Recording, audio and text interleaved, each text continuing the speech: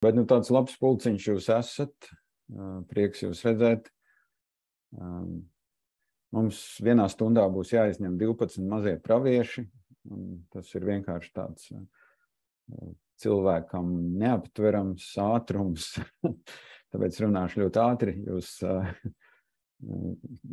mēģināšu par katru no maziem praviešiem pateikt kaut ko būtisku, kas šo pravietu raksturo, pārējo jūs izlasīs Bībelē. Sarunāts?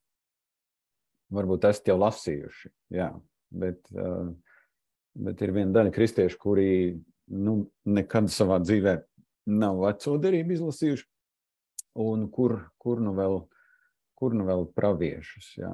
Tur ir tā, ka mēs iemaldamies un sakām, mēs vakar draudzes padomes Bībeles studijā sākām studēt praviešu Joēla grāmatu. Un tad daži padomes locekļi teica, ak, šausmas! Kā to tekstu vispār var saprast? Tur viss par tiem siseņiem un kā viņi tur visu noēd. Bet, patiesībā ļoti aktuāli, ja mēs domājam par to, kas notiek Turcijā. Zemestrīce, viss ir nopostīts, ļoti līdzīgs konteksts, tā kā mēs varam atrast arī kaut ko līdzīgu. Man ir jāsaka uzreiz, ka es neesmu sagatavojis mazo grupu jautājumus. Es to atradu, to, ka man ir jāsagatavo, es atradu, tad, kad es slēdzos Zoomam klāt. Jā. Bet es izdomāšu, un jums tie jautājumi būs, tikai kādam droši vien vajadzēs pierakstīt. Bet, pēc mana pulksteņa gandrīz ir 6:30. Kā tur saldu?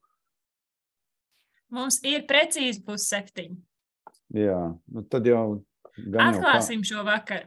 Jā, gan jau kādi ar vēlu autobusu atbrauks un pieslēgsies vēlāk. Ja? Mums baznīcā tā ir, ka dažreiz ir izjūta, ka ir atnācis kāds autobus vai arī ir bijis sastrēgums un dažreiz cilvēki sabirst baznīcā 5-10 minūšu laikā. Mēs sāksim ar lūgšanu. Debes Tēvs, paldies, ka tu joprojām darbojies un ka tu mūs uzrunā caur savu vārdu. Un es pateicos, ka kaut arī mums ir grūti saprast daudzas raksturvietas vecajā derībā. Paldies par tām jomām, tām vietām, kuras mēs varam saprast un censties arī ieraudzīt kādu pielietojumu šodien. Dievs runā uz mūsu sirdīm šajā vakarā, atgādina mums to, ko mēs jau zinām un māci mums kaut ko jaunu. Mēs uzticamies tev, lūdzam tavu vadību, tavu klātbūtni caur Jēzu Kristu mūsu kungu. Āmen. Ko tad mazie pravieši? Mazie pravieši. Vispirms jau par to, ka pravietis absolūti nav tāds, kas to vien tik dara, kā runā par nākotni. Jā, mums, diemžēl, latviešiem tā izjūta vairāk ir tāda, ka pravietis vienkārši visu laiku tikai par nākotni un par nākotni. Bet, ja mēs tā uzmanīgi paskatāmies, tad mēs patiesībā arī lasot praviešu grāmatas redzam, ka apmēram 90% pravietis runā par tagadni, par to, kas notiek viņa laikā. Un tas varbūt ir tā interesanti, ka mums tagad ir jāsaprot, ko šie teksti, kas tika teikti toreiz par viņu tagadni, ko viņi mums nozīmē šodien. Pravietis tātad burtiski šis vārds nozīmē tāds, kurš runā kāda labā. Tātad cilvēks, kuram Dievs ir uzticējis runāt Dievu vārdu savai tautai, un ne tikai. Un tad jūs redzat praviešu tests, kā var pārbaudīt, vai pravietis ir īsts vai nav. Bet ja kāds pravietis kaut ko iedrošināsies runāt manā vārdā, teikt, ko es neesmu pavēlējis tam runāt, vai ja tas runās kādu citu dievu vārdā, tad tādam pravietim ir jāmirst. Ja tu tad savā sirdī domātu, kā lai mēs pazīstam vārdu, ko tas kungs nav runājis, tad zini, ja pravietis runās tā kunga vārdā, bet pravietojums nepiepildās un nekļūst īstenība, tad tas ir vārds, ko tas kungs nav runājis. Pravietis to ir teicis savā pārgalvībā, tāpēc nebīstieties no viņa. Nu, tāds diezgan skarbs pants, vai ne? Es gan neesmu manījis, ka būtu kāds pravietis mūsu draudzēs vienkārši nomušīts par to, ka viņš ir melus sarunājis. Ja. Un vēl viena lieta, ko es neesmu arī dzirdējis, ka tie cilvēki, kuri ir, kā saka, pretendējuši uz praviešu statusu un kaut ko ir pateikuši savā prātā, es vēl savā dzīvē neesmu dzirdējis, ka kāds no viņiem atvainotos un teiktu, man ir žēl, es sajaucu. Tas nebija Dievs, kas man lika to teikt, tas bija mans paša prāts. Tā kā, dažreiz mēs cilvēku, kurš sevi pozicionē kā pravieti, mēs viņu paceļam tik augstu, apmēram otrojas Dievu. Un tas nozīmē, ka tad mēs klausam šim pravietim un mēs neko nepārbaudam, mēs vienkārši pieņemam, ka tā tam ir jābūt. Bet šokar par maziem praviešiem, un tad, kad mēs domājam par viņiem, tad vispirms tā pavisam vienkārši. Kāpēc mazie? Ja? Vai viņi ir bijuši īsi augumā? 1,60 m apmēram. Ja? Tādi sīciņi tur blakus visiem tur lielajiem. Ja mēs iedomājamies Jesaja, Jeremija, Necehēlu, ka tie ir lielie pravieši, tad šie būtu tādi maziņie. Protams, ka nē. Viens cilvēks man vakar teica, viņš teica, acīm redzot, viņiem bija tāda baigi mazā vēsts, viņiem nebija daudz ko teikt. Mazie pravieši var arī domāt, ka nav vēl izauguši, ja? Ka vēl ir jāaug, ka varbūt viņi kaut kādā praviešu skolā 1. klasē iet, vai arī mazvērtīgi un nenozīmīgi. Bet patiesībā mazie pravieši tāpēc, ka visa 12 mazo praviešu vēsts bija vienā rakstu rullī iekšā. Nevajadzēja nēsāt tādus mazus rullīšus, bet bija visi, un viņus, patiesībā viņus sauc arī šo grāmatu, šos 12 mazos praviešus sauc par 12 grāmatu, tāpēc, ka viņi ir 12. Mūsu bībelē mēs paskatāmies vecajā derībā, tās ir pēdējās 12 grāmatas. Ļoti dažādas grāmatas, dažādas pēc savas uzbūves, pēc žanra, pēc tēmām. Mēs varam teikt, ka šis mazo praviešu uzrakstīšanas laiks ir kaut kur starp 780 un 420 gadu pirms Kristus. Tātad tie ir kaut kādi 350 gadi, kuru laikā ir uzrakstītas šīs 12 grāmatas. Un, protams, ir jāņem vērā, ka mazos praviešus kaut kādā veidā ietekmē šie divi lielie vēsturiskie notikumi. 722. gadā pirms Kristus tiek izpostīta Ziemeļu valsts, asīrieši aizveda 10 cilšu pārstāvjus, izkājusi pa visu Asīrijas impēriju. Tiek Samarija, kas bija Ziemeļu valsts galvaspilsēta, arī izpostīta. Un Jeruzaleme un Jūdas ciltis kopā ar Benjamīnu tiek izpostīti 586. gadā pirms Kristus. Līdz ar to šie divi vēsturiskie notikumi arī ietekmē to vēsti, ko pravieši ir rakstījuši. Un ja mēs paskatāmies šo sarakstu, tad tāds viņš ir. Tāds viņš ir arī mūsu bībelē. Hozeja, Joēls, Amos, Obadja, Jona, Miha, Nahums, Habakuks, Cefanija, Hagaja, Cakarija jeb Zaharija un Maleahija. Un kāpēc 12? Nevilksim paralēlus ar 12 Jēzus mācekļiem. Ja dažreiz mums liekas tikko cipars 12, tad tie ir 12 Jēzus mācekļi. Nē, vienkārši viņi ir 12. Ja? Jūs teiksiet, bet 12 Izraēla ciltis bija, varbūt tur tā fīča ir. Es domāju, ka nē. Vienkārši viņi ir 12. Viņi ir 12. Kāpēc šie pravieši ir salikti tieši tādā kārtībā?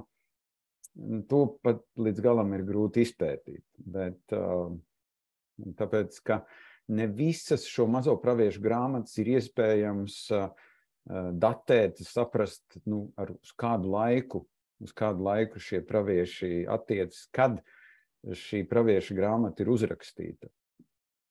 Mums tajā ziņā varbūt šodien ir vieglāk, vai ne? Mēs zinām, kad Rainis uzrakstīja savu dzeju, mēs zinām, kad Vilis Lācis rakstīja. Ja, mums nav tur jādomā, vai tas bija pirms 200 gadiem vai 300 gadiem. Bet ar maziem praviešiem ir diezgan sarežģīti. Un skatoties, mēs mēģināsim iziet mazliet cauri, un mēs sāksim ar Hozejas grāmatu. Tātad tas varētu būt laiks 783, 743 pirms Kristus. Kas raksturo Hozejas laiku un kas raksturo to laiku pirms tiek izpostīta Ziemeļvalsts, ir diezgan liela atkāpšanās no Dieva. Diezgan liela atkāpšanās no Dieva. Ko tas nozīmē? Tas nozīmē, ka Bāla un Aštartes kults, kas bija auglības kults, kas raksturoja pagānismu, kas savā būtībā nozīmēja, ka cilvēki ticēja, ka ar seksuālās enerģijas palīdzību var regulēt dabas procesus. Šī sajaukšanās notika arvien vairāk un vairāk. Rezultātā mēs redzam, ka arī Hozeja pārmet garīgajām autoritātēm, ka garīgās autoritātes nepilda savu funkciju. Viņas nenorāda uz to kļūdu, kas notiek, ko dara tauta.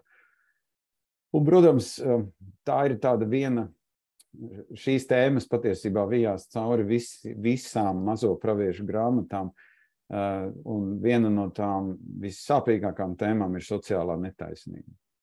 Sociālā netaisnība, izrēlieši pārdod savējos kā vergus, milzīga plaisa starp bagātajiem un nabagiem. Un tieši tas, ko patiesībā Dievs savā vārdā ļoti skaidri bauslībā bija teicis, ka viņiem ir jārūpējas par nabagiem, viņi to nedara.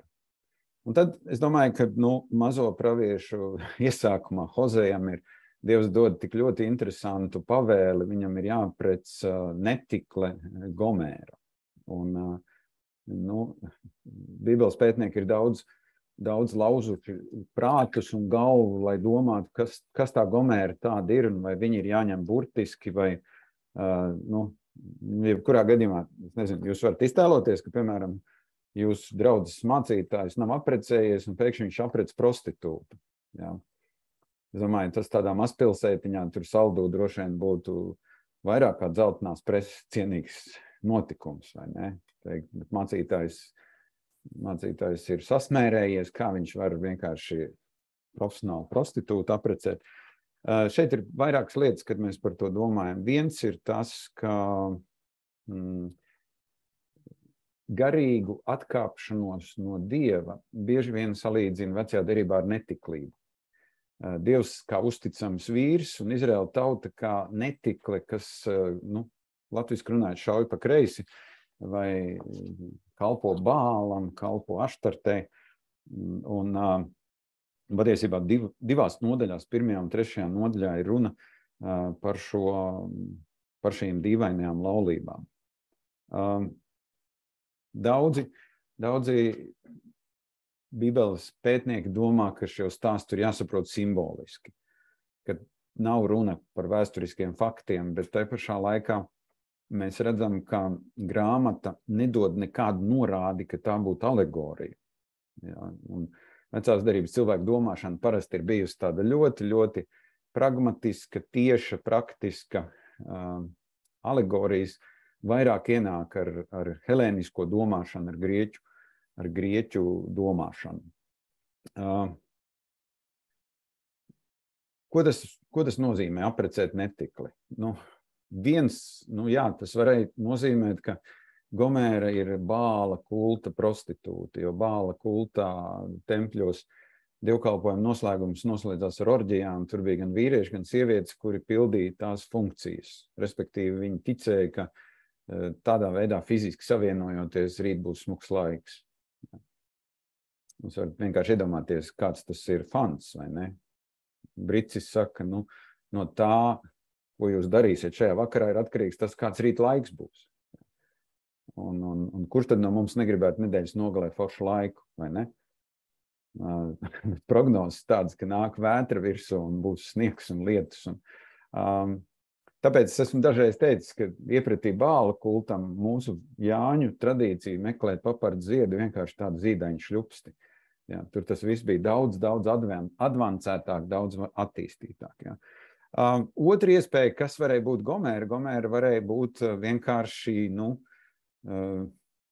elku kalpu cilvēks, tāpat kā citi, viņi varēja vienkārši tāpat pielūgt Bālu.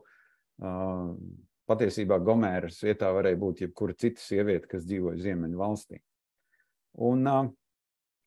Un jebkurā gadījumā tā lielākā problēma ir, ka Dieva pravietim ir jāprec tik apšaubāmas reputācijas sieviete.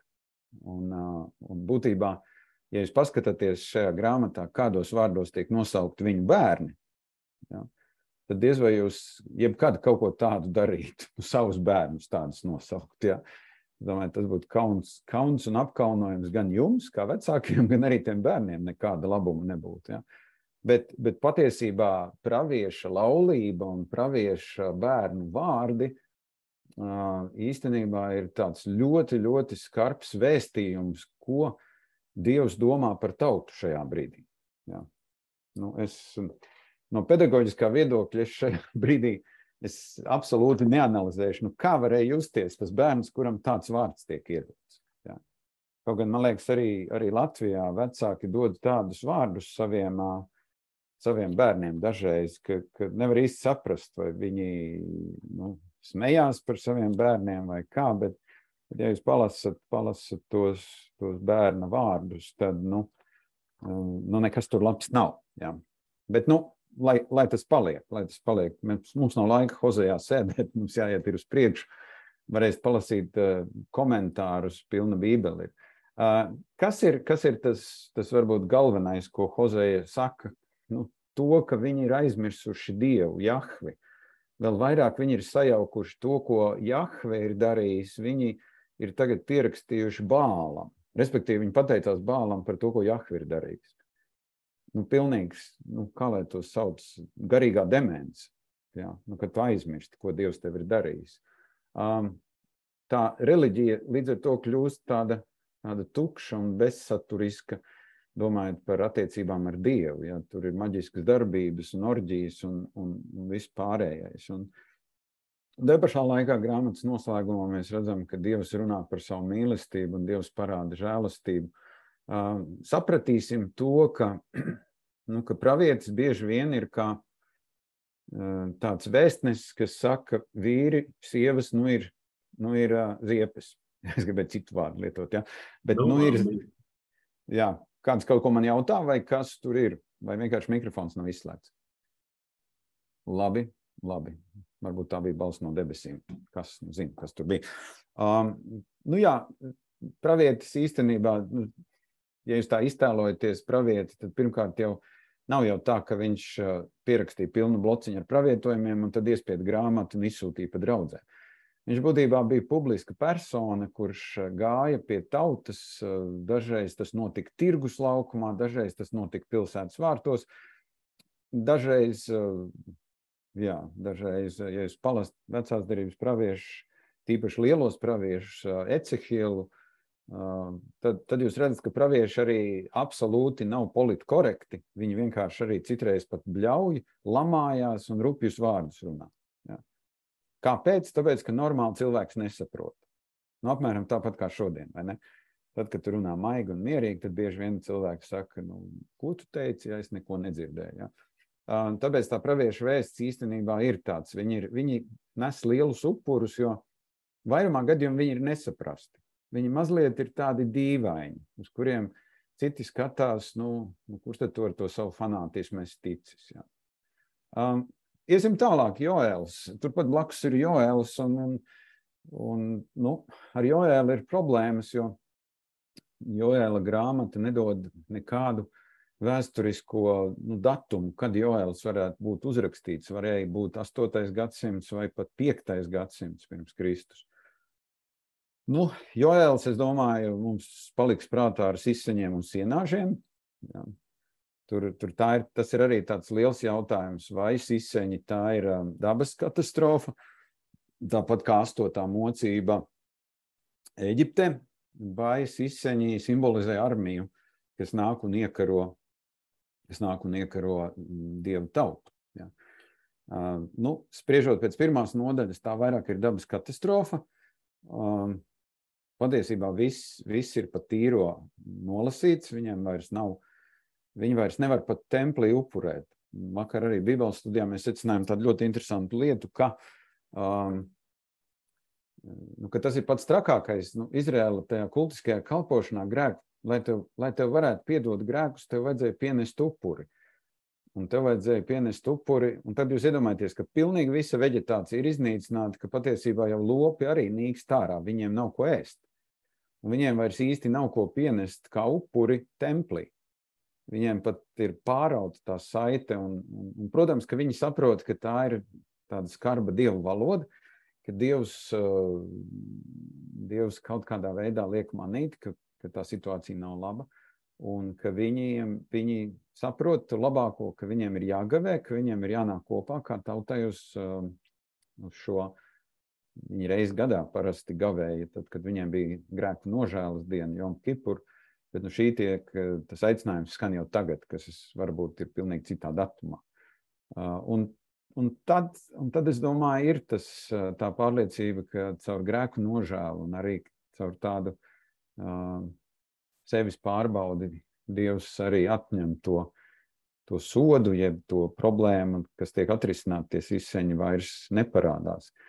Un tad, es domāju, mēs kā kristieši ļoti labi atceramies apstuļu darbu 2, kur apstulis Pēters citē Joēla grāmatas 3. nodaļu par svētā gara izliešanās vīzijām. Un Pēters saka, šodien tas ir piepildījies, šodien vasarsvētku dienā. Ja. Ejot tālāk, mēs nonākam pie Amosa. Amos patiesībā bija interesants personāžs. Viņš dzīvoja Dienvidu valstī, netālu no Betlēmes, un viņš gāja pravietot Ziemeļvalstī.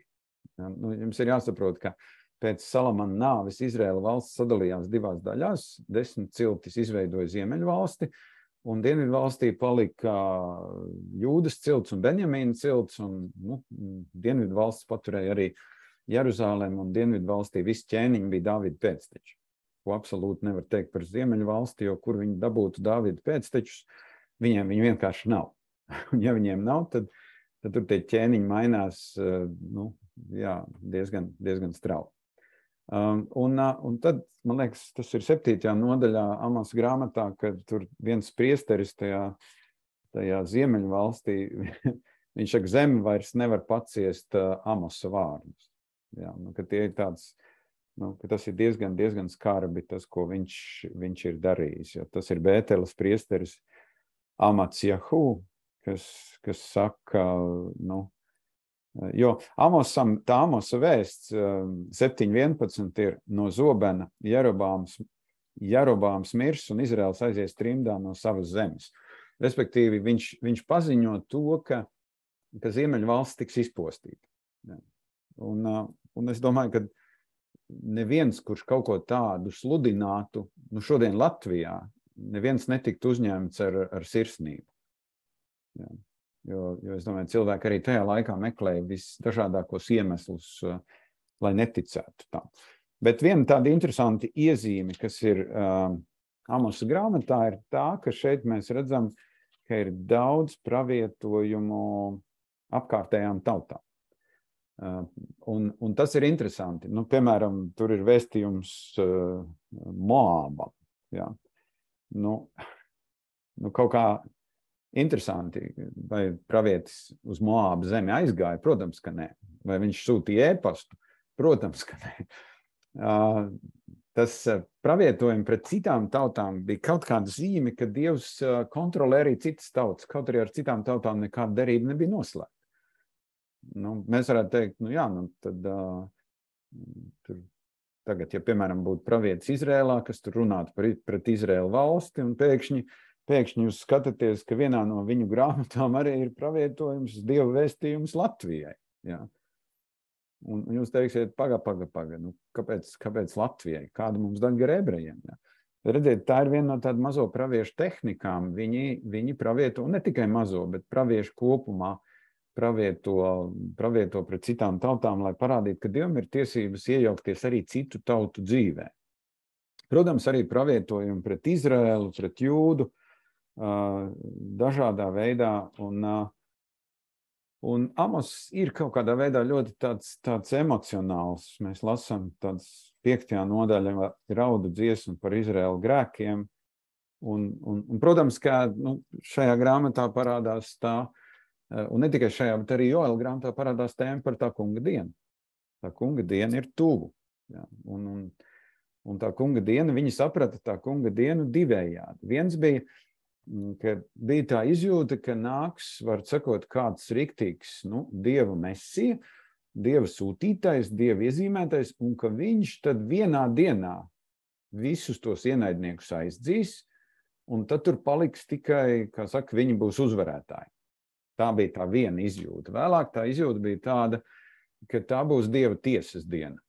Dievs nāks un tad tiesās visas tautas, visu pasauli, tā skaitā arī Izraēlu.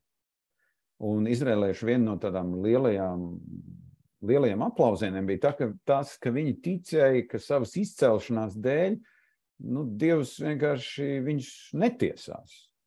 Tāds, mums ir īstā pavalstniecība, ja mēs tur ar savu sarkano pasīti, ja, Eiropas Savienības pasīti, labi tiksim ieredzēti. Ja. Kaut gan es pat biju Amerikas Savienotajās valstīs, un jāsaka, tik grūti bija tikt iekšā ar to Eiropas Savienības pasi, bija tāda sajūta, kad ir kaut kāda apzināta instrukcija iedota, lai pēc iespējas mazāk cilvēkus laistu iekšā Amerikā.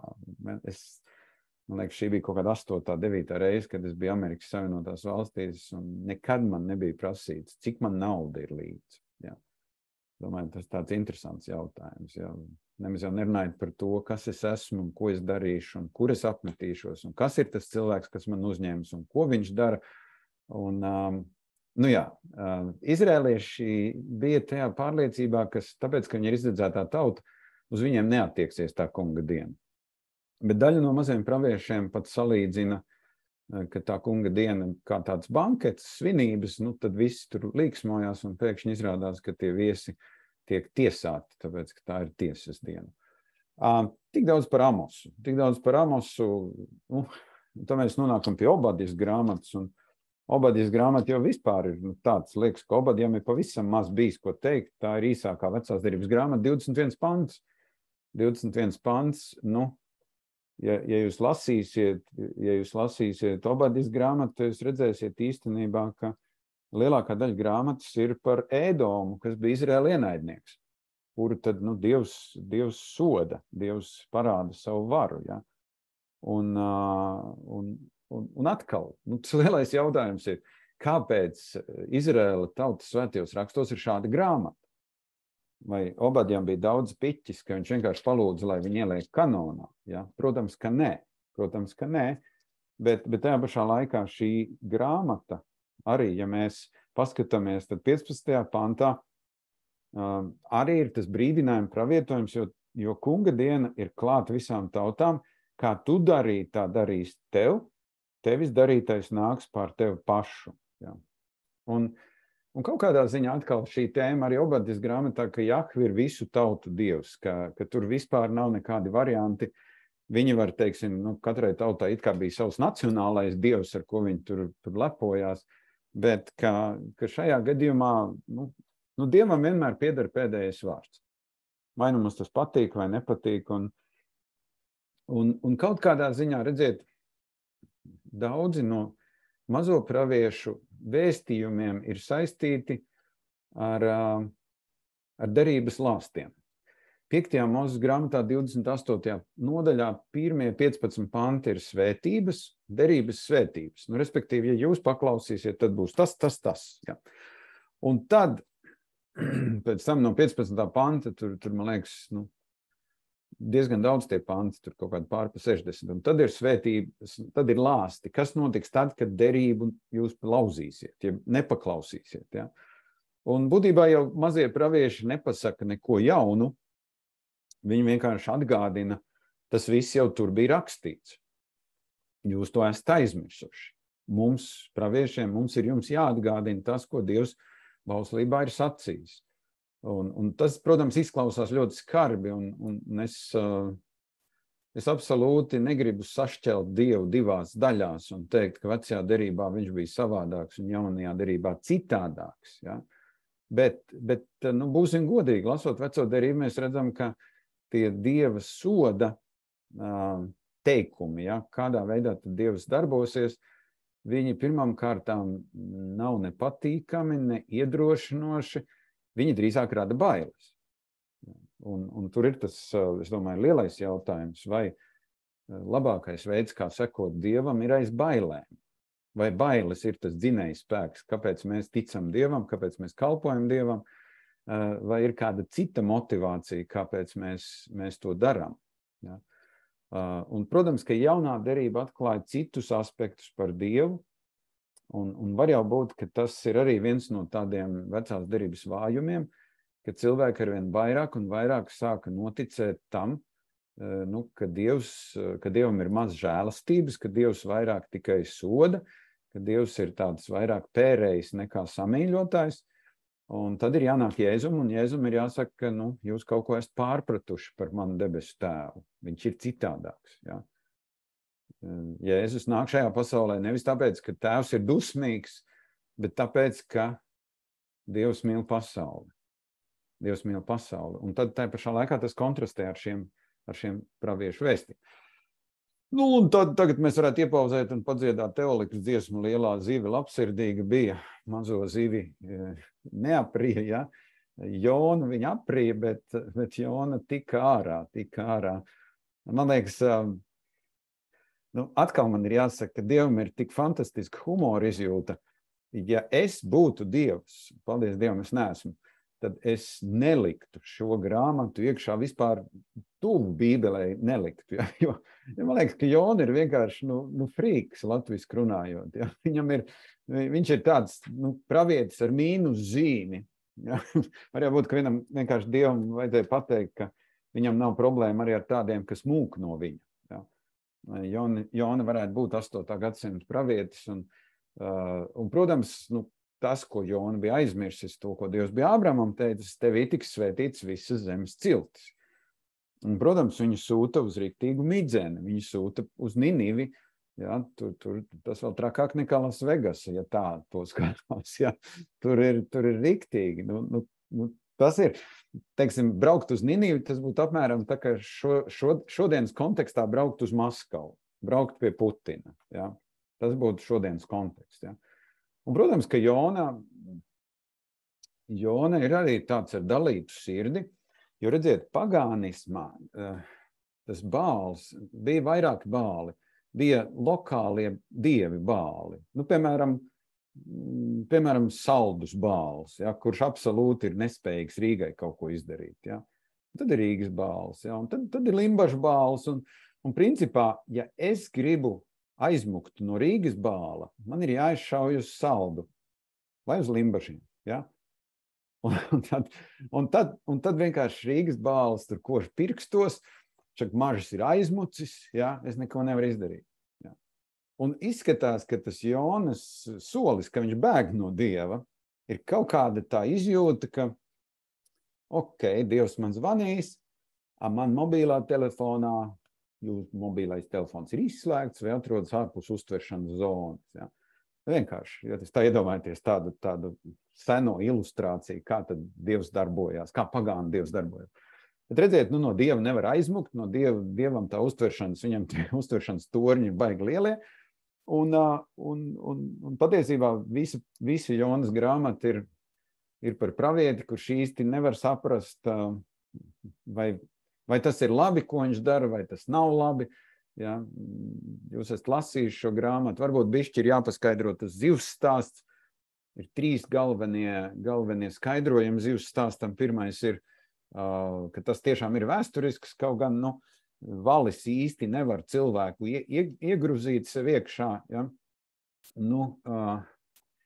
Bet vai tas bija valis? Ja? Mums liekas, ka tas bija valis. Bet tas arī nebūt valis. Ja? Es šobrīd neiedziļināšos zooloģiskajos pētījumos.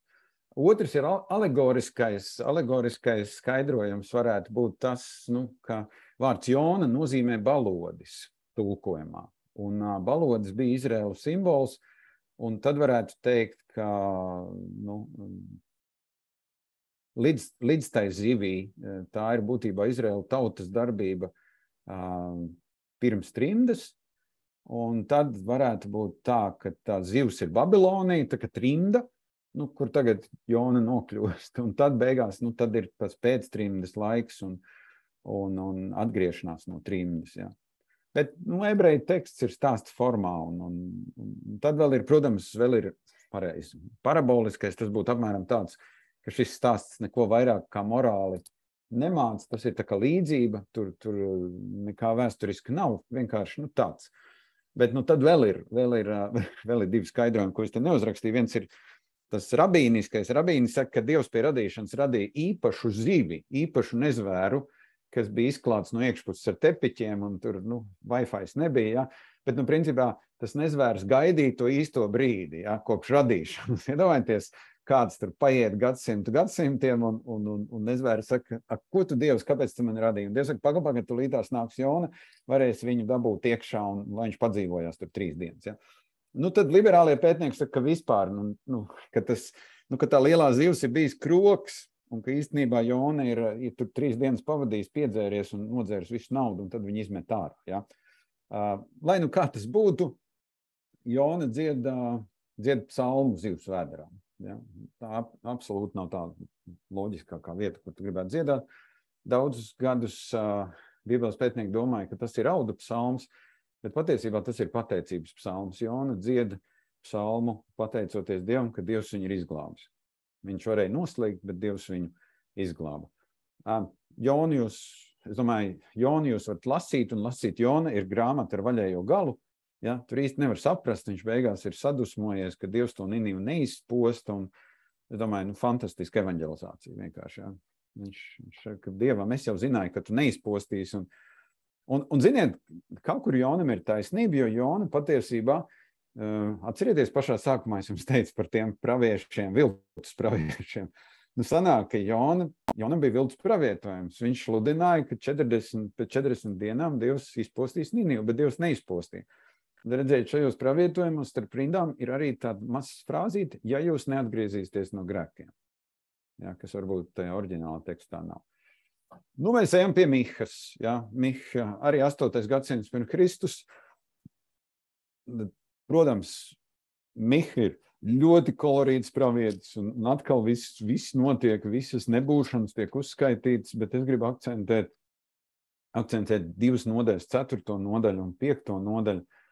4. nodaļa runā par šo mesijānisko cerību, ka blakus visam tam, kas tagad notiek, visam tam haosam, kas tur notiek, ka tomēr būs tā diena, kad tā kunga nama kalns kļūs kalniem par galvu, un ka visi saplūdīs, visas citas tautas sanāks pulkiem un runās, nāciet, kāpsim kunga kalnā, Jēkaba Dieva nams. Jā, viņš mums mācīs savus ceļus, lai staigājam viņa takas, jo no Ciānas nāks bauslība un kunga vārds no Jeruzalemes. Un protams, ja mēs domājam par šo, tad es domāju, ir viena lieta, ko varbūt daļa kristiešu nav sapratuši, ka šie pravietojumi nenozīmē, ka mums ir jākļūst par mesijāniskiem jūdiem.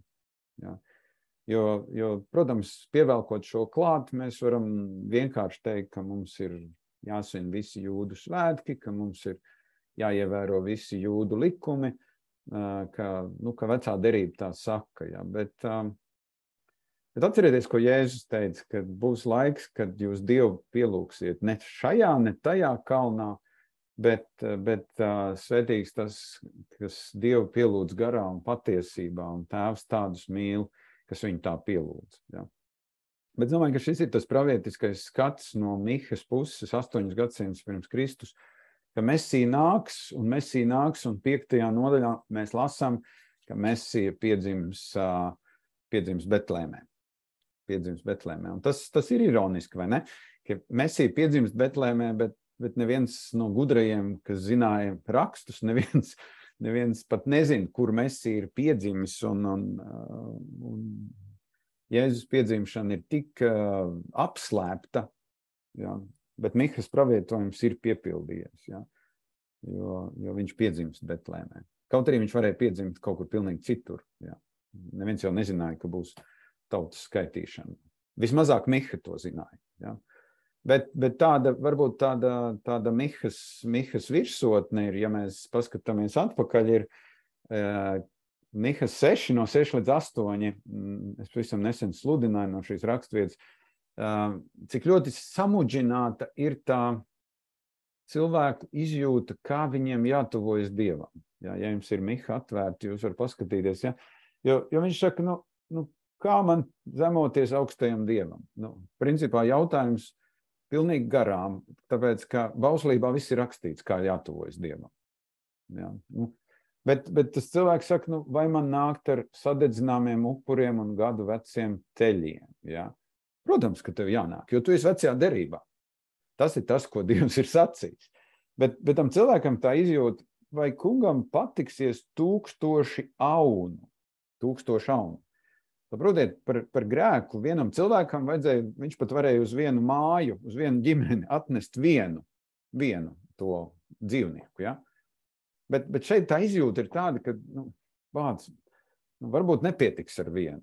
Ja? Varbūt man vēl kaut kas ir jāizdara, lai Dievs uz mani foršāk paskatītos. Ja? Un tad viņš saka, vai man pirmdzimtais jādod par savu pārkāpumu. Ja? Kas vispār, man liekas, ir unikāli. Dievs savā vārdā atkal un atkal to ir akcentējis. To dara pagānu dievs Molohs, kas prasa pirmdzimtā upuri.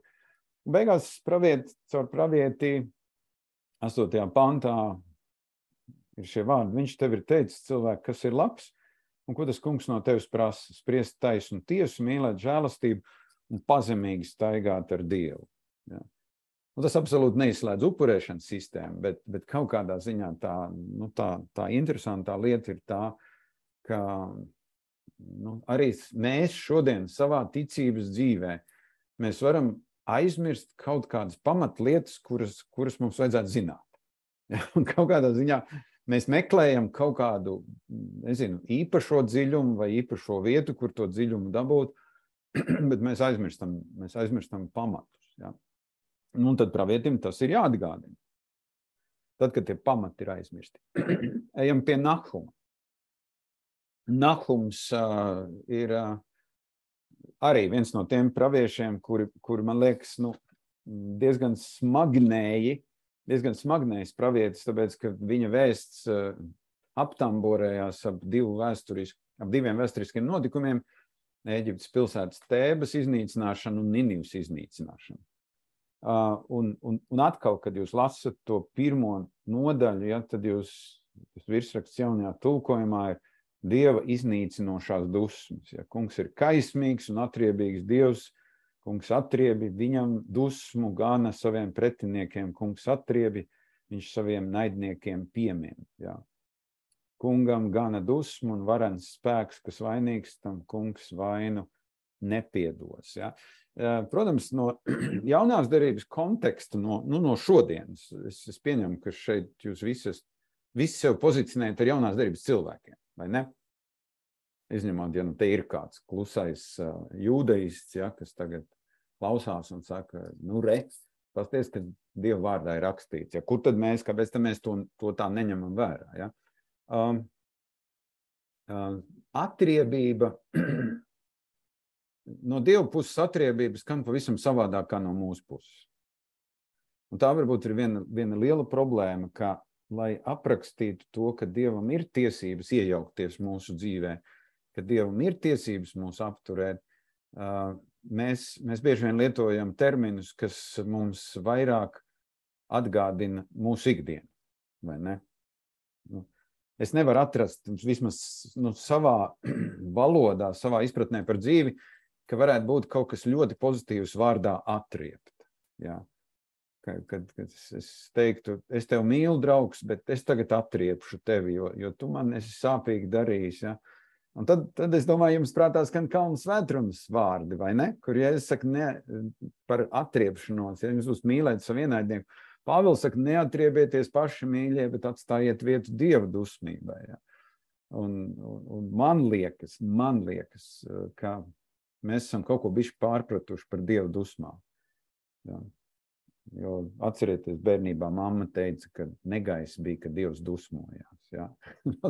Es pat teiktu, ka tas ir tas maigākais skaidrojums Dieva dusmām. Ja? Bet nu tā, ka Dievs nāk un viņš visu, kā saka, nolīdzina, kā ar, ka zāle vairs neaug. Ja?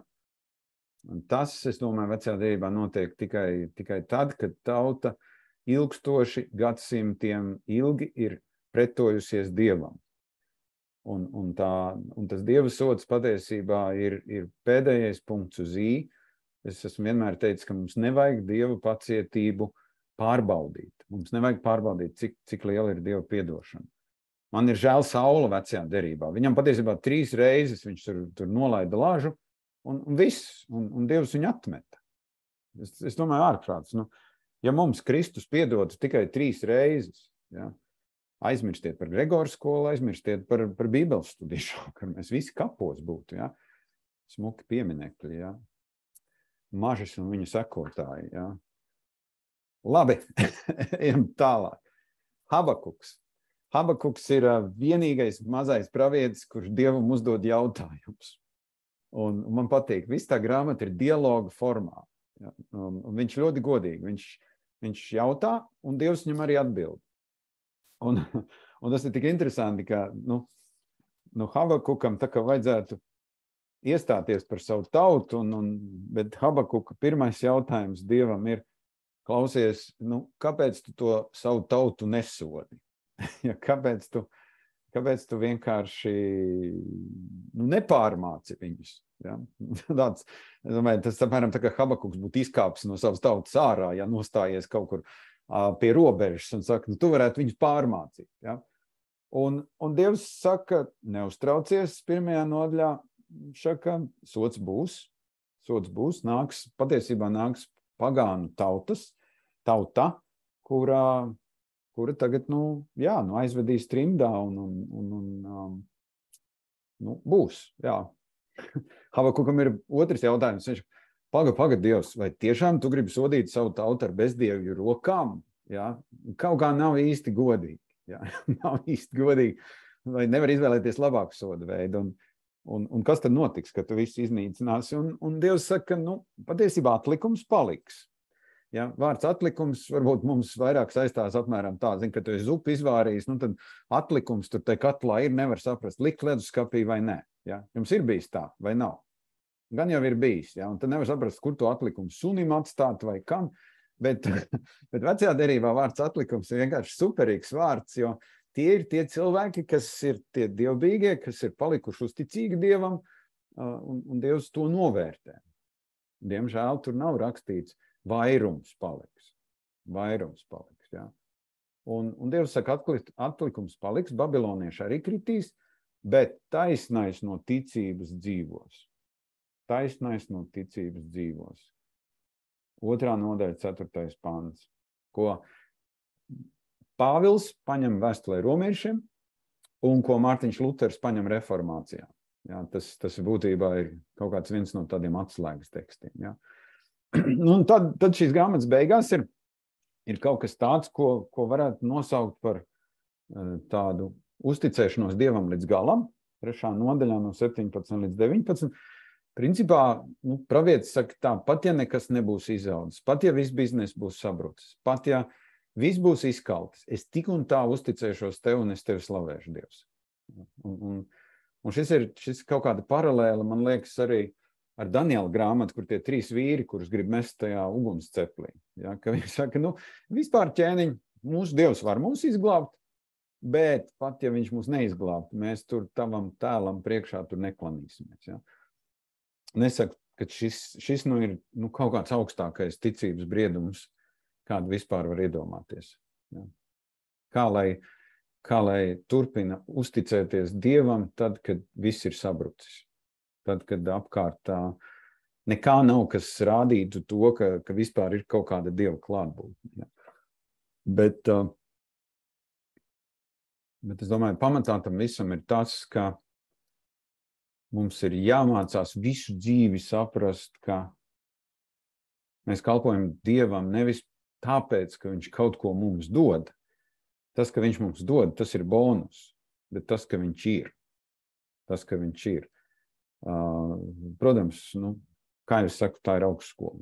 Tā ir augstskola. Tad mēs nonākam pie Cefanijas. Cefanija ir arī 7. gadsimts pirms Kristus. Arī jūs redzat, līdzīgas tēmas. Atkal tā kunga diena, kura nāk pravietojumi citām tautām. Diezgan dažādi pravietojumi. Ja? Tur ir, mēs lasām, ka filistiešiem, moābiešiem, amoniešiem, etiopiešiem un asīriešiem. Vai izrēlieši saprata to, ka īstenībā tie pravietojumi, kas ir pret citām tautām, ka viņi jau apslēptā veidā ir arī par viņiem? Jā. Viņiem vajadzēja saprast, jā. Bet man ir tā izjūta, ja mēs tā vēsturiski paskatāmies, tad man ir tā izjūta, ka viņi saka, paskaties, kā mūsu Dievs sadod etiopiešiem, paskaties, mūsu Dievam ir ko teikt filistiešiem, tā tiem pagāniem vajag, jā. Bet īstenībā apslēptā veidā tur iekšā bija arī tas brīdinošais Dieva pirksts, ka jums absolūti nav ko izrēlieši, jums nav ko lepoties, jums nav ko lielīties. Ja. Cefanijas grāmata ir pietiekami īsa. Ja. Tur ir tikai 3 nodaļas, ja, un grāmatas beigās ir tas 3.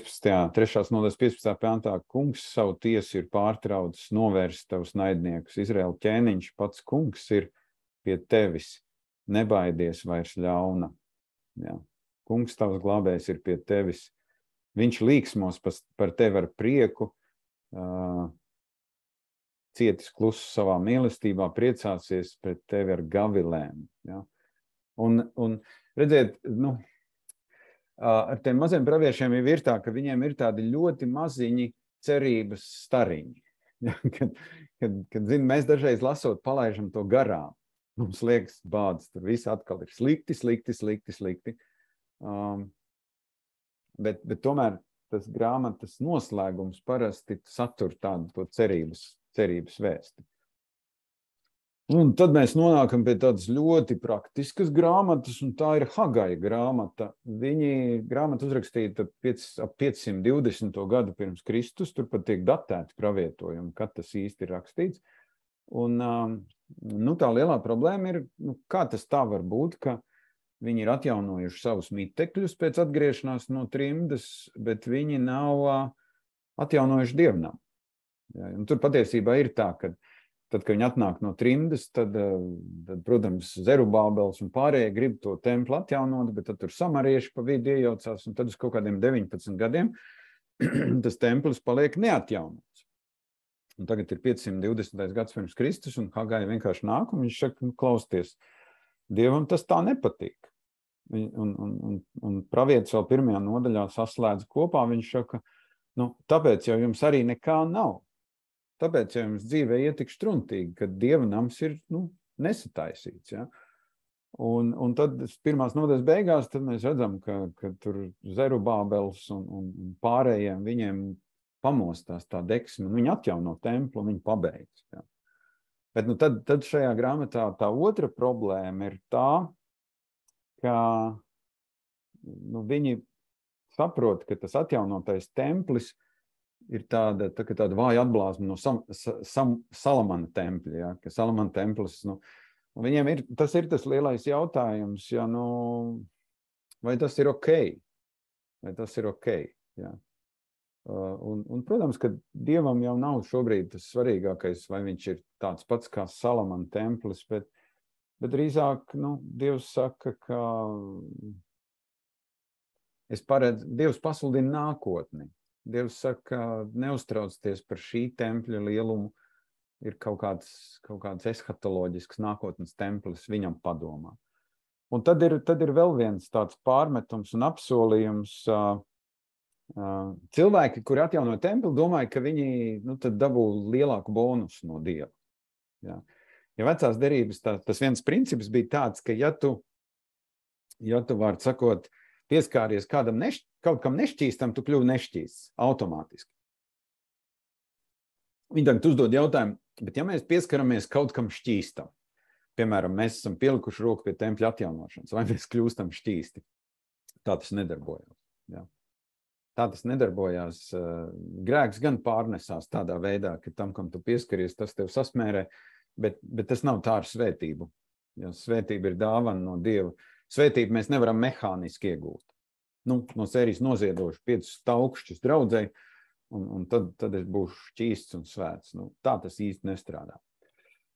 Tad ir Cakarija. Cakarija no visiem mazajiem praviešiem ir viss sarežģītākā grāmata, jo šī grāmata satur tādus nākotnes redzējumus un tādas nakts vīzijas, kuras ir grūti skaidrot, un liekas, ka šīs grāmatas rakstītājs, autors arī, tas varētu būt kaut kāds 6. gadsimts pirms Kristus, bet ka viņam kaut kādā ziņā arī tā vēsts ir tāda smagnēja.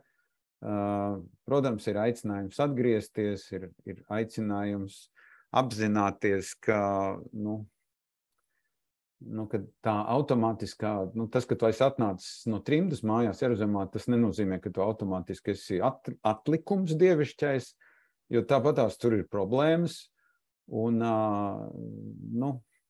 jāsaka tā, ka šīs vīzijas par nākotni ir līdzīgi Atklāsmes grāmatā, viņas ir ļoti grūti interpretējams.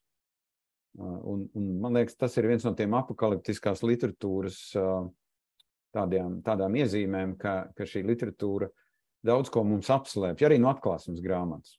Man jāsaka godīgi, 30 gadu laikā, kopš es mācītājs, es no Atklāsmes grāmatas esmu sludinājis tikai par 7 draudzēm un vēl kaut kādus atsevišķus segmentus, bet es iekšēji pieeju tai lietai ar tādu sirds drebēšanu, tāpēc, ka, ziniet, tā nav grāmata, kuru mēs tā vienkārši katru simbolu, kā mēs gribam, tā mēs izskaidrojam, un tā mums liekas, mēs esam sapratuši. Bet arī šādas grāmatas ir Bībelē, es domāju, arī Daniela grāmata arī tajā ziņā, bet šī grāmata varbūt ir visvairāk citētā, kā jaunajā derībā ir vismaz 71 citāts. Un tad mēs nonākam pie pēdējās mazo praviešu grāmatas, un tā ir Malehijas grāmata, un tas ir jau pēc trimdas laiks, un šī grāmata varbūt ir tāda interesanta ar to, ka pirmkārt vārds Malehī nozīmē mans sūtnis, un nevar īsti saprast, vai tas ir kāda cilvēka vārds, vai tā ir anonīma grāmata. Bet es domāju, tāda interesanta lieta ir, ka tajā kultiskajā kalpošanā viņi ir aizgājuši jau tālu projām, viņi jau varētu pienest Dievam klibu dzīvnieku. Kaut gan Dievs teica, jāpienes pats labākais, kas ir. Un tad ir tas, man liekas, tas pants, kas mums kādai daļai kristieši ļoti, ļoti patīk, jo Dievs saka, pārbaudiet mani. Ja? Pārbaudiet mani. 3. nodaļā mēs lasām, kad viņi krāpja Dievu ar 10. tiesu un ziedojumiem, un tad viņš saka, nesiet visas 10. tiesas uz dārgumu krātu, un lai manā namā ir ēdiens, tad pārbaudiet mani, saka pulkkungs, vai tad es jums neatvērtu debesu logus. Man liekas, mums grēcīgajam cilvēkam tikai pasaki šo vārdu pārbaudi, ja? Tad jau mēs jūtamies zirgā. Tad liekas, ka Dievam tagad tā, ka mums būtu jākalpo. Ja? Bet būsim ļoti uzmanīgi ar šo vārdu. 10. tiesa nekad nav darbojusies mehāniski. 10. tiesa vecajā derībā ir bijusi daļa no Dieva pielūgsmes, kas ir fiksēta bauslībā. Un varbūt mūsu lielās debatas par to, vai kristiešiem ir jādod 10. tiesa vai nav jādod 10. tiesa, būtu daudz vieglākas, ja mēs redzētu, ka Dievam nav vajadzīgi procenti, bet Dievam ir vajadzīgi mūsu sirds. Tas nenozīmē, ka mēs nevaram dot 10%, bet ja 10% kļūst par strīdu, šķelšanās iemeslu vai vēl kaut ko citu, tad es domāju, Pāvils to ļoti labi redzēja jaunajā derībā, tāpēc viņš saka, ka katrs, lai dod Dievam to, cik viņš ir apņēmies, jo priecīgi devēja Dievs mīl. Tas neizslēdz, ka 10. tiesas princips saglabājās jaunajā derībā, bet tajā brīdī, kad mēs 10. tiesu gribam padarīt par jauno bauslību, mēs esam bišķi pārpratuši 10. tiesas to būtību, kāpēc tā 10. tiesa tika dota. Nu, un kas ir tas brīdinājums mums šodien no mazajiem praviešiem? Es domāju, ka ļoti līdzīgs kā tajā laikā, tā ir liekulības problēma, kad dievbijība kļūst par tādu formālu padarīšanu, rituāls bez sirds. Ja? Es domāju, mēs varam daudz garīgās darbības var būt arī vienkārši formāls. Mums tā sirds ir jau kaut kur kļuvusi nejūtīga un cieta. Sociālā netaisnība šobrīd sabiedrībā visā pasaulē ir ļoti liela. Un mazie pravieši atkal un atkal saka, nāciet atpakaļ, atgriezieties no grēkiem un nāciet atpakaļ pie Dieva, atjaunojieties. Ja? Šis ir bijis tāds milzīgs skrējiens pa mazajiem praviešiem. Ja? Un kā jau es teicu, stunda mums ir dota, un stundas laikā es izdarīju to, ko es varēju. Ja? Jūs jau jutāt, ka bija grāmatas, kuras vairāk apskatīja, bija grāmatas, kuras mazāk apskatīja. Nu, gandrīz var teikt, ka ir sarežģītākas grāmatas un ir vieglāk saprotamākas grāmatas. Vai jums šobrīd, pirms jūs tiekat sadalīti mazajās grupās, ir kaut kādi jautājumi, kur jūs gribat uzdot? Vai esat tik pilni tagad, ka bail kaut ko jautāt? Varbūt pēc tam, pēc mazajām grupām. Mazajās grupās tad es varētu lūgt, lai kāds pieraksta tos jautājumus un ieliek tajā čatā. Tas pirmais jautājums varētu būt tāds pavisam vienkārši, kura no šīm 12 mazo praviešu grāmatām ir jūs uzrunājusi visvairāk jūsu ticības dzīvē un kāpēc? Ja? Jo es domāju, ka diez vai kāds šeit ir, kas nekad nebūtu lasījis vismaz vienu no mazo praviešu grāmatām. Tas būtu pirmais jautājums, un tas otrais jautājums vairāk ir varbūt saistīts ar Mihas grāmatas to 6. no 6 līdz 8. Kas ir tie faktori, kas veicina, ka mēs aizmirstam to, kā tuvoties Dievam? Kur ir, kas ir tie galvenie kārdinājumi? Un es domāju, šodien tas ir apmēram tieši tāpat. Jā, mums liekas, ja es garīgajā dzīvē esmu neapmierināts, ja man ir tāds kaut kāds sausums, tad droši vien es nepareizi tuvojos Dievam. Tad man vajag izmantot kādas citas metodas, tad varbūt man vajag mainīt iet uz citu konfesiju vai citu draudzi. Ja? Tas ir tāds, tāds jautājums par to, kas caurvīja arī mazos praviešus, viņi bija aizmirsuši. Viņi bija aizmirsuši, kā tuvoties Dievam. Ja? Un tad trešais jautājums varētu būt arī kaut kā mazliet ar otro saistīts. Kas ir lielākā svētība un lielākais zaudējums tad, kad mēs savu garīgo dzīvi šodien kopjam, klausoties entos dažādos runātājus, entos mācītājus, kas ir svētība un kas ir zaudējums no tā? Un kā tas ietekmē mūsu tuvošanos Dievam. Tie varētu būt tādi 3 jautājumi. Ja kāds vēl var iemest čatā to. Jā. Kas ir lielākā svētība un zaudējums tad, kad mēs mēģinām savu... Kāpēc šis jautājums? Es tulīt jums pateikšu, tāpēc, ka bieži vien cilvēki saka, es nepāēdu savā draudzē, tāpēc es meklēju citur. Ja? Kas pats par sevi absolūti nav slikti, bet tas sliktums sāks tajā brīdī, kad nāk apjukums. Un tas apjukums nāk, cilvēks ir saklausījies tik ļoti pretrunīgus mesiģus, ka viņš vairs savā būtībā nespēja atrast, pagaidi, kas tad tas īsti ir, kur es tagad ticu. Viens saka tā, otrs saka tā. Jūs jutāt, ka mazie pravieši patiesībā ir ārkārtīgi sinhroni savā vēstī. Nav tā, ka viens saka, ka ir jānāk pie Dieva, un otrs saka, ne, varat pagaidīt. Ja? Kaut kā apmēram tā. Jums jūs tagad sadalīs, tiksimies pēc cik minūtēm, pēc 15, 20 minūtēm. Bez 10. Jā, bez 10:08 tiksimies, un tad, ja jums ir kādi jautājumi, tad vēl varēsim 10 minūtes noapaļoties latviski runājot. Ja? Lai jums labs laiks grupiņās.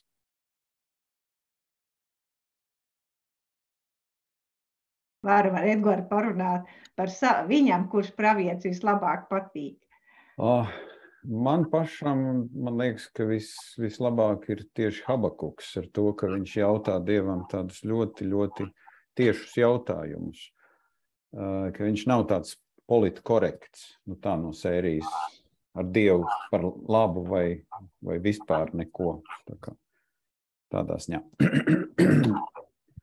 Bet, arī nāk dievišķais atlikums atgriežās, tas ir labi. Jo parasti pēc mazajām grupām kāda daļa nospīd, aiziet vakariņu sēst vai kaut ko citu darīt. Un tā. Tā, ka dievkalpojumā livestreamā parasti pēc sprediķa uzreiz kāda puse atslēdzās. Ja, tas minimums ir izpildīts. Un tā. Bet, kā jums gāja? Ko jūs varat padalīt līdz tie, kas šeit esat? Līdz jau nāks vēl. Nē, zin kā jau tāda, kas par Jonas grāmatu jau bieži dzirdējuši par to mukšanu no Dieva. Katram mums ir bijis kaut kāds bailes. Runāt Dievu vārdu bailes, kas svētais gars uzrunājas mūsu sirdī. Un tomēr mums, kad runāt, kad nerunāt, ja? Kad tu esi neticīgā pūlī iekšā, ja? Tas jau nav nemaz tik viegli, jā, Jona, pravietis mūka, bet, Ļoti laba paralēla ar šodienu. Jā, tieši tā. Jā. Kā jums pārējiem, kas tur izkristalizējās, kāda atziņa par šo mazajā grupā?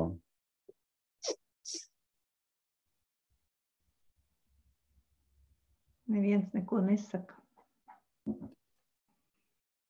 Visi tagad... Mēs bijām 5 vīri. Oho. Kolosāli. Visi kaut kā pieķērās pie tā Malahija. Un izgāja tā labi cauri visam. Es gan sacīju vīriem, kad es pie Malahijas pieķēros 50 gados, bet no 18 gadus. Un tad arī par visiem jautājumiem runājot, paliksim pie tā 3. pēdējā. Es tomēr uzskatu, ka draudzē ir mācītājs, un ja tu esi draudzē, tad tas mācītājs, viņš ir tā autoritāte, un to, ko viņš saka, pie viņa ir jāpaliek. Man patīk, mums arī katriem vēl patīk citi, ko sludina. Man, piemēram, patīk tāls mācītājs Ludvigs un viss. Bet, tas ir, man liekas, mēs tā varam teikt, ka kā svētais gars, kad uzrunā, to tā grūti paskaidrot, bet tas ir saprotams. Paldies, ļoti laba doma. Es gribu varbūt lietot tādu ļoti praktisku ēšanas ilustrāciju, ka mums ir jāēd pamatēdiens, un tas nenozīmē, ka mēs šādu un tad kādus našķus uzēdam. Ja, bet ja mēs dzīvojam tikai no našķiem, tad beigās tur var sanākt tāds...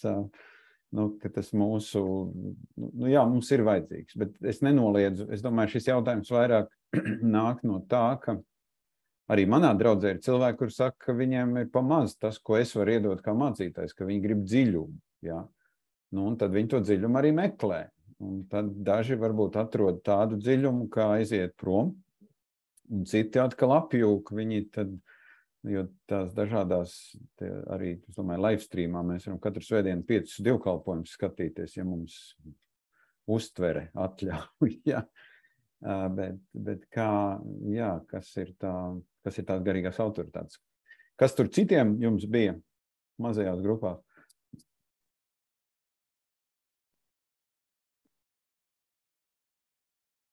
Un šis man patīk, tāds latvisks klusums. Man ir tādas domas radās tad, kad tajā sākās tas Covid laiks, kad bija iespēja pieslēgties un paklausīties tam 5 varbūt svētdienā vienkārši neņem galvu pretī, bet ir ļoti izglītojoši paklausīties citu baznīcu mācītāju uzrunas, sprediķus, ja? Jā. Bet, protams, tas nenojauc galvu tad, ja tev ir tāds kristīgās ticības pamats, tu vienkārši pa dažiem jautājumiem ir mācītāji, kas ir māk labāk teoloģiski izskaidrot kādu jautājumu un saprotamāk, un kad no tā varēja tikai iegūt. Vēl viena tāda doma, kas man tad, kad es vēroju, it sevišķi sākumā, kad sākās tās attālinātās iespējas un kad uz baznīcu nevarēja iet, bija tas, ka, gribot, negribot, viss nelaimes ceļas no salīdzināšanas, bet gribot, negribot, man vismaz prātā vienmēr norosījās. Es vienmēr nodomāju, lūk, šī draudzē gan ir tehniski labi cilvēki, tur ir laba skaņa, tur ir paņemti labi tūplāni, citā baznīcā, tas tehniskais bruņojums, acīm redzot, nav tik labs, vai arī tur nav attiecīgi cilvēki. Bet, protams, tas tehniskais bruņojums nenosaka saturu. Jā, bet es diezgan daudz klausījos Covid laikā no draudzēm, ja. Es piedaru pestīšanas armijas draudzēji, bet arī mums tad Covid laikā nebija dievkalpojumi, bet es klausījos, man tādi, ko es vairāk klausījos, tas bija no angļu valodā, no Amerikas Savienotajām valstīm, no pestīšanas armijas draudz. Tas viņa kanāls laikam sanāk. Tad es klausījos, esmu klausījusies un arī klausos Āgenskalnu draudzi, bet to es nesaku tāpēc, ka es tajā bībeles studijā piedalos. Tas nav tā domāts. Tad es to arī saprotu, jā. Tas nav tāpēc, jā. Klausos Mateju, jo es arī, man draudzene ir baptistu draudzē, es aizēju kādreiz uz baptistu draudzi, tur es esmu diezgan sen tā gājusi, jā. Un, Mateju, un tad vēl jāsaka tā, man patīk, tas varbūt nav pareizi teikt, bet tomēr ļoti labi runā par dažādām tēmām Talsu luterāņu baznīcu. Es esmu klausījušies arī citus, jo ir iespējas, bet es neklausos visu pēc kā, visus tā. Labi, paldies par šo līdzdalīšanu. Man bija viens jautājums, kas, man liekas, ko man tā kā vajadzētu atbildēt, tāds dīvains jautājums, Marika rakstā, kādas elku zīmes no vecās derības laikiem ir redzamas mūsdienās. Es tā baigi nepētīju tās elku zīmes. Viena zīme, kas mums ir redzama šodien, ir čūskas zīme, kas ir medicīnas, ja jūs paskatāties medicīnas simbolu aptiekās, ja, redzēt, vecajā derībā čūskas sakod izrēliešus, un tad Mūzes uzlika to vara čūsku uz viena puļķa, latviski runājot. Un tad tie, kas bija sakosti, skatījās uz to čūsku, un viņi tika dziedināti. Bet dažus gadsimtus vēlāk tas Mūzes puļķis ar to čūsku jau ir kļuvis par tādu kā maģisku pielūgsmes objektu, kas parāda, ka arī tāds simbols, kas sākotnēji nesa svētību, pēc kaut kādiem pāris gadsimtiem viņš jau ir kļuvis par tādu maģisku, visticamāk dievam netīkamu simbolu. Bet, es domāju, tajā medicīnā tas čūskas simbols tur ir, vai viņš ir, vai mēs pielūdzam to čūsku, droši vien, ka ne. Bet tādi, redziet, augstieņu svētnīcas bieži vien bija tādas interesantas, kad Bāla kultā tas atgādināja vīriešu faulu, kas pret debesīm ir. Bet, jā, es domāju, skolas toaletēs citreiz zīmē arī tur vīriešu dzimumu locekļus, bet tas atkal neteikt, ka mēs viņu pielūdzam un tā tālāk. Viss tas skandāls, kas bija Daugavpils muzeja Rotko, kur tas igauņu mākslinieks tur bija pie krusta piesitis vīriešu ģenitālijas, tas varbūt bija tā kaut kāda sarkanā līnija, kas bija pārkāpta, bet tā ir cita tēma. Bet mazos praviešus jūs esat tagad nogaršojuši, es jūs iedrošinu viņus tā mierīgi palasīt, iziet cauri viņiem, varbūt ne šovakar, bet bija prieks jūs uzrunāt par nākotni, mēs neko nezinām. Es absolūti neko neesmu solījis. Šobrīd ir tā, ka tīri fiziski šis semestris man ir arī tāds ļoti aizņēmts. Es tulīt sākšu mācīt Lutera akadēmijā un arī Rarzi Katoļu institūtā, un plus es esmu iestājies sistēmiskajā ģimeņu psihoterapijas studijās. Es studēšu to, ko man sieva pirms 15 gadiem studēja, lai turētu viņai līdzi. Tā kā droši vien tīri fiziski būs grūti kādu bībeles studījumus novadīt, bet, ja Marika un Raimonds tur tā sirsnīgi uzrunās, tad jau, tad es skatīšos. Bet mēs noslēgsim ar lūkšanu.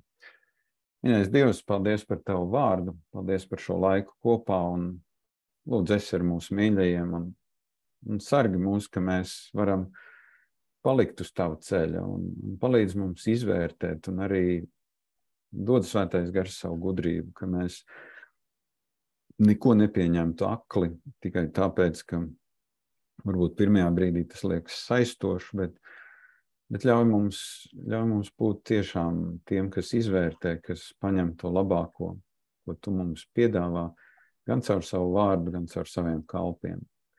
Lai tava žēlastība ir ar mums šajā atlikušajā vakarā, lūdzam caur Jēzu Kristu, mūsu kungu. Āmen. Es drīkstu padalīties? Jā, droši. Man tas ir tā kā uz sirds runāt. Jā.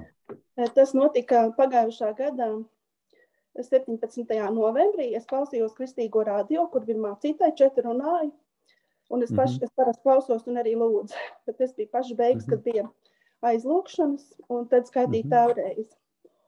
Un es skaitīju līdzi, un man vienā brīdī bija varavīksne, ļoti skaista varavīksne. Un tā, kad beidzās lūkšana, es domāju, es zinu, ka tas nebija lūkšanas sākumā un nebija beigās, un tad man pilnīgi tā kā no sirds nāca atpestīja mūs no ļauna, un es ļoti sāku lūgt un patiesībā saukt uz Jēzu par Latviju. Jā. Bija par Latviju. Un tad man tā kā satīta grāmata tajā saukšanā bija. Un tad, kad man tā lūkšana beidzās, tad bija mums jārunā skaidrāk. Un bija tā kā pauze, es sapratu, un tad atklāsmes grāmata. Tad, kad bija tajās dienās, man bija tāda sajūta, man nāca tādas daudz rakstu vietas, tās es šobrīd tā kā neteikšu, bet sāku lasīt atklāsmes grāmatu, tāpēc, ka tas tika pateikts, un 4. nodaļā bija, kur ņāns tika paraugts garā, un kāds sēdēja goda krēslā, varavīksnes loks, kā smaragds, un es domāju, nē, tā varavīksne nav, jo man bija krāstainā varavīksne. Jā. Un vakarā ejot gulēt, man bija, kad es tev tā kā nebūtu sapratusi. Pirms 2 gadiem, 2020. Gada decembra sākumā, es neatceros, bija 4. 5. decembris, bija tā, kad es uz jums skatīšos, ko jūs darīsiet. Esiet droši, es būšu ar jums. Esiet droši, es būšu ar jums. Un tagad pagājušie 2 gadi, ka mums ir jārunā skaidrāk, mums ir jārunā skaidrāka valoda. Vispār tur arī vēl bija pazudināšana un tā kaut kas bija. Tagad gribēju padalīties un runā. Paldies, Anita. Paldies par šo. Paldies jums par šo vakaru, lai jums ir tiešām svētīga nedēļas nogale. Jā, pareizi, rīt jau 5. Labi, un svētdien arī ejiet uz baznīcu. Atā.